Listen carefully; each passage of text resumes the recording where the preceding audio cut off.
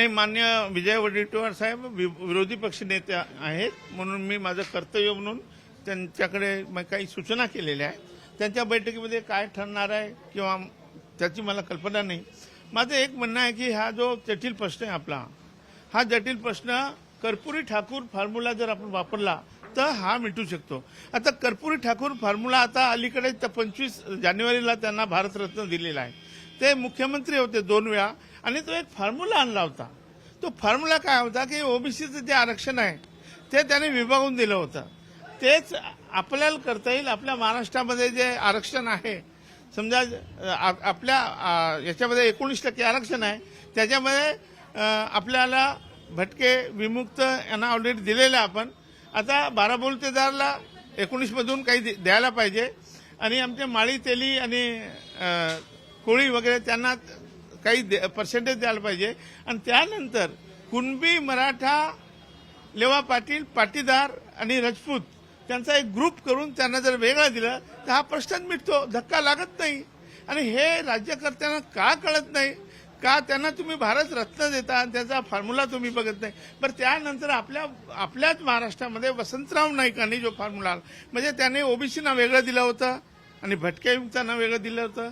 त्यानंतर मान्य शरद पवार साहेब ज्यावेळेस त्याने 1994 साली 30 वर्षापूर्वी आपल्याकडे मंडल आयोग लागू केला, त्यावेळेस सुद्धा त्याने अ ब क केलेला आहे.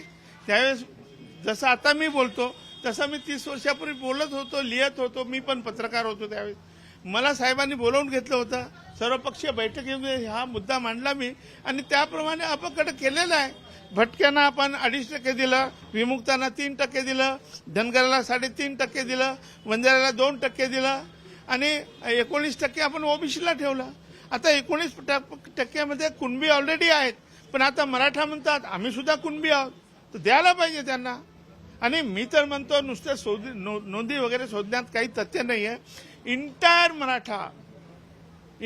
मराठा हे तत्सम आहेत, म्हणजे कुणबीच आहेत. त्यांना एका स्ट्रोकमध्ये एका जीआरने हे तत्सम आहेत हे जाहीर करून त्यांना ओबीसीमध्ये टाकायला पाहिजे.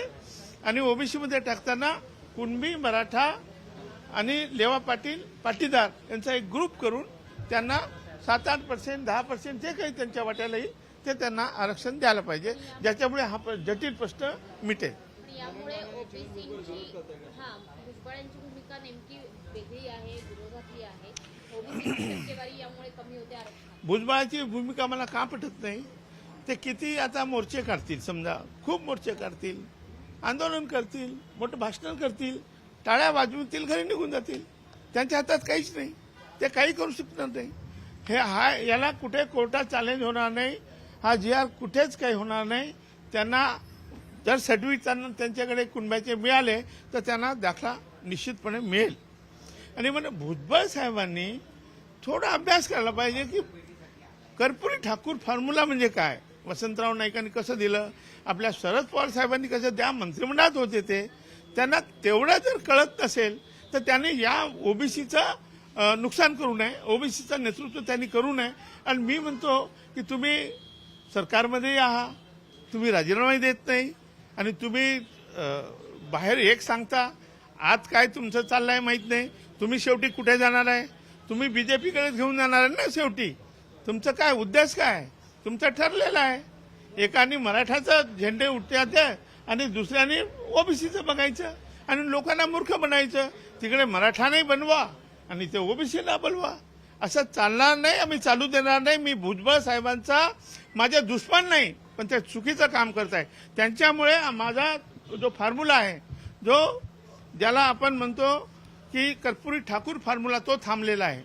तो जर मिळाला तर निश्चितपणे या सगळ्या समाज घटकाला न्याय मिळेल. छोट्या छोट्या समाज घटकाचा जे अन्याय झाला आहे आता, त्यांच्या ताटातली 17 भाकरी तुम्ही एका दमाने ओरडून नेलेल्या आहे मराठा समाजाने. ते न होता त्याच्यापैकी 2-3 भाकरी, 4-5 भाकरी काय पाहिजे ते घ्या तुम्ही, आणि बाकी तर ठेवा आमच्या 12 बलुतेदारांना, काहीच नाही ठेवता. आणि म्हणून भुजबळ साहेबांना आपल्या मार्फत माझी विनंती आहे, त्यांनी फक्त कर्पुरी ठाकूर फॉर्म्युला म्हणजे काय त्याचा अभ्यास करावा. म्हणून तर आम्ही त्यांना सुद्धा एक अवॉर्ड देऊ, त्यांना सुद्धा मग नंतर भारत सरकार निश्चितच भारत रत्न म्हणून त्यांना ते देईल. पण त्याच्यासाठी त्यांनी हा जो कर्पुरी ठाकूर फॉर्म्युला काय एवढं बघावं. सब कॅटेगरायझेशन ऑफ ओबीसी म्हणजे काय, ओबीसीचं उपवर्गीकरण म्हणजे काय, आणि हे सर्वोच्च न्यायालयाच्या निर्देशाप्रमाणे आहे.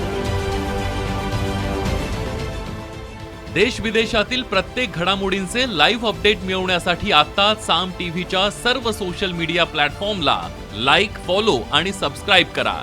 तसंच सर्व नोटिफिकेशनसाठी बेल आयकॉन प्रेस करायला विसरू नका.